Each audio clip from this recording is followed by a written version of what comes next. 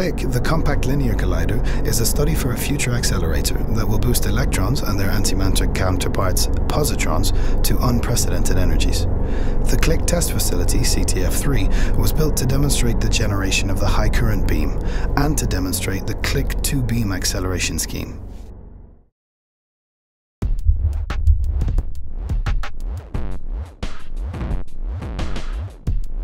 So we are now inside CLIC Test Facility CTF3. The main goal of this facility is to demonstrate the production of a very powerful electron beam, like it is needed as the drive beam for CLIC. This is where our beam is produced. We have an electron gun behind us that is producing the electron bunches. It's working at a high voltage of 145 kilovolts. So here the electrons move along the linac and they fly down further through many more of the accelerating structures where they gain more energy before they go into the next building where the electron bunches are combined to the high current beam.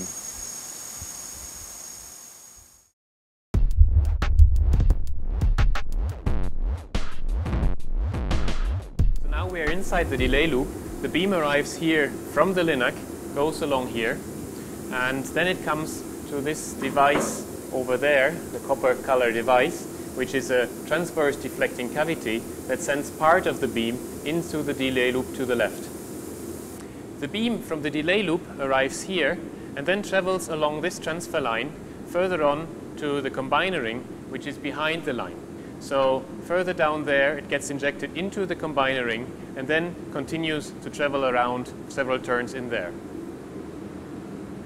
So this is another model of the RF deflector, the device that combines the particles that come in behind us from the transfer line with the particles that are circulating in the ring already to produce the very intense electron beam.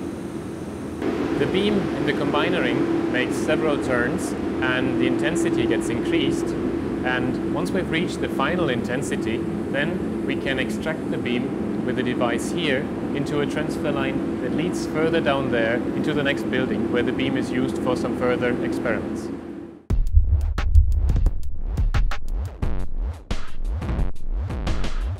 The powerful beam from the combiner ring arrives here in the building and can be sent in two different lines.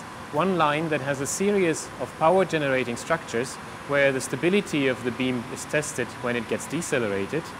Another option is the line here, where then as well it will generate power further downstream to accelerate a second beam that is in the beam line.